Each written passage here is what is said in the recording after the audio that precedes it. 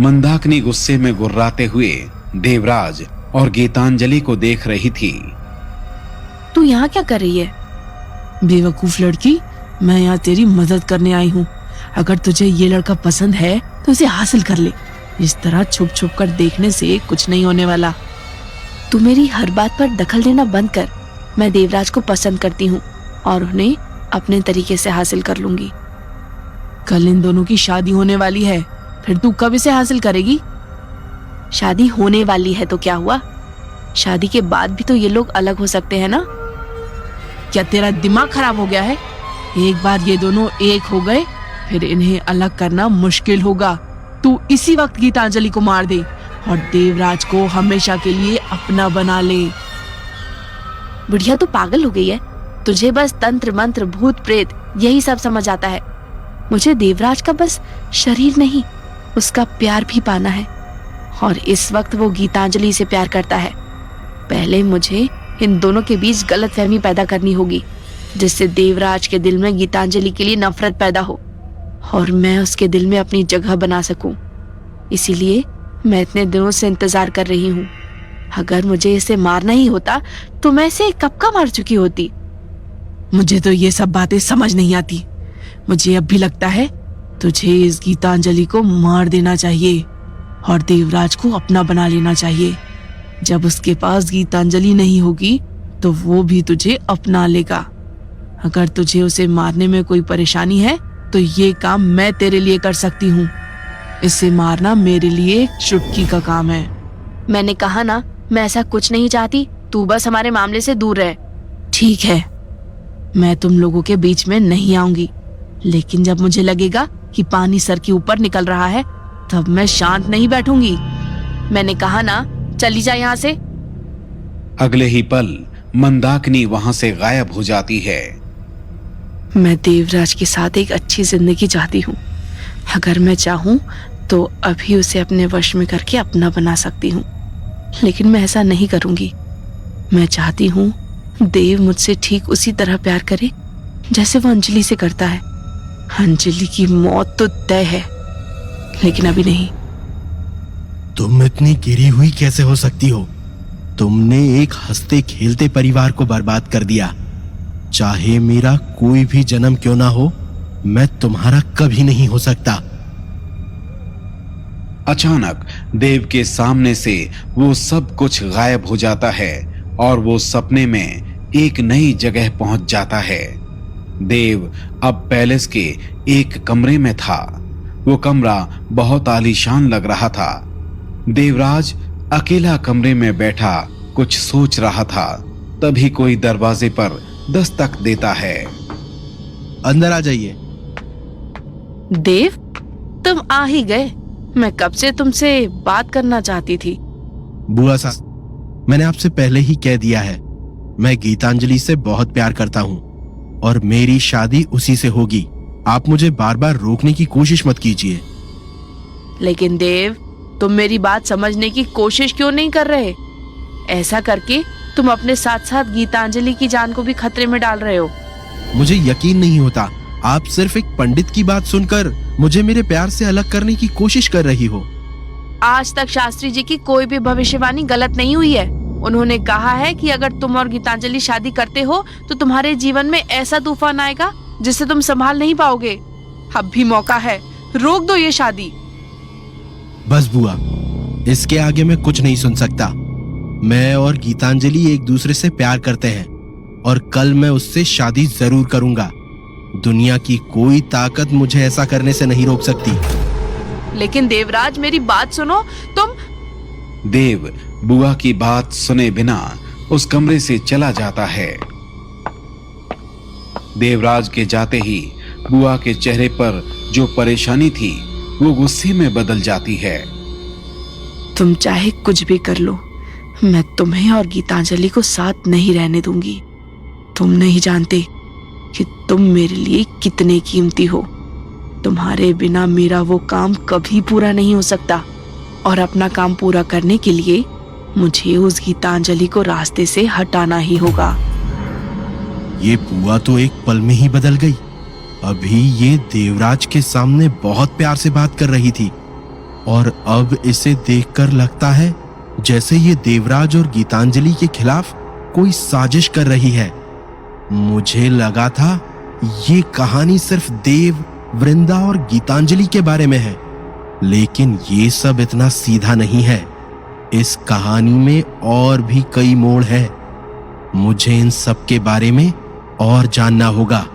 I hope बाबा मुझे ज्यादा से ज्यादा देर तक इस सपने में रोक पाए, ताकि मैं ज्यादा से ज्यादा इंफॉर्मेशन ले पाऊं। उस खंडहर में देव अब भी बाबा के सामने लेटा हुआ था। अचानक बाबा के चेहरे पर शिकन आ जाती है। ये कैसे हो सकता है? मैं तो देव को उसके पूर्व जन्म की यादों में ले जा रहा हूं, लेकिन ये गीतांजलि की यादों में भी जा रहा है।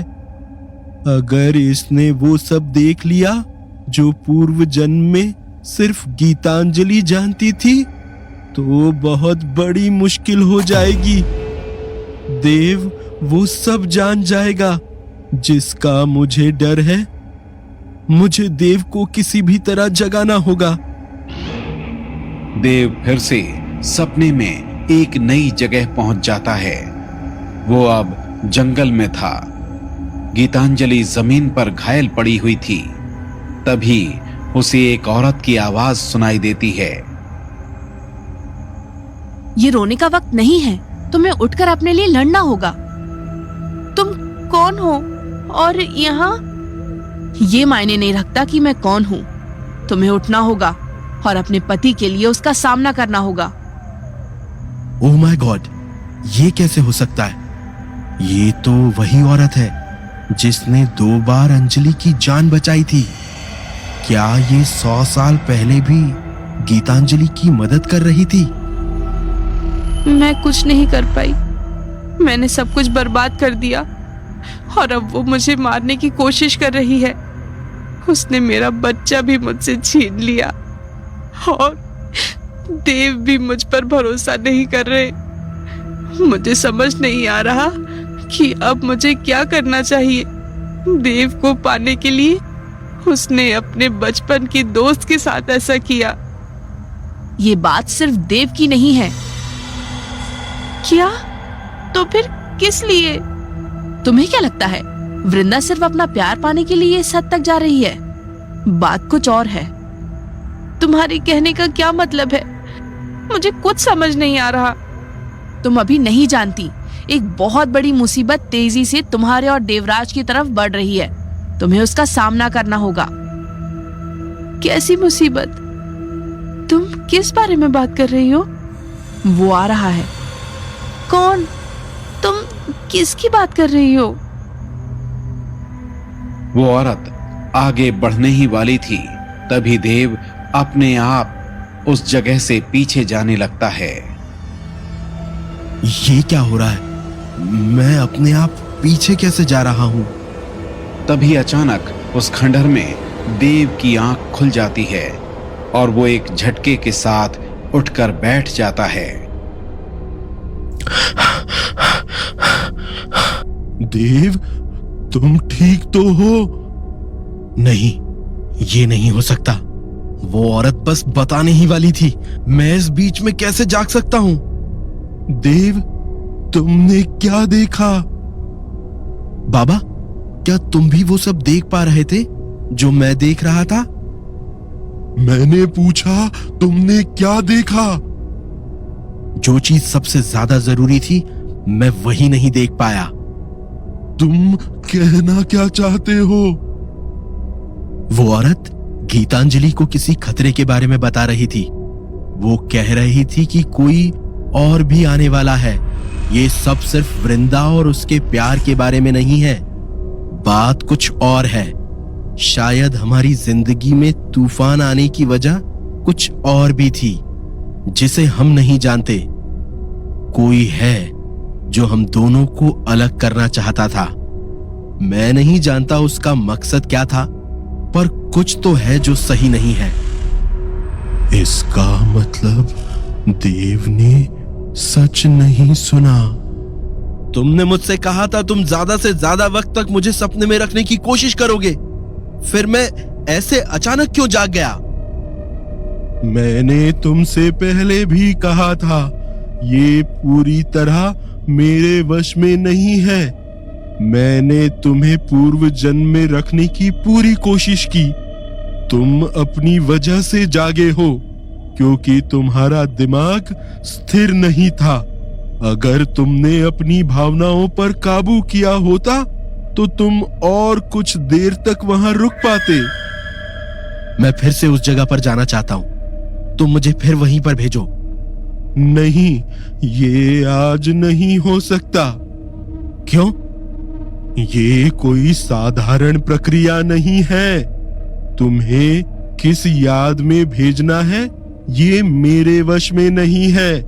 अगर मैंने फिर से तुम्हें पूर्व जन्म में भेजा तो अपने पिछले जन्म के राज जानना तो दूर, तुम अपने इस जन्म की याददाश्त भी खो दोगे।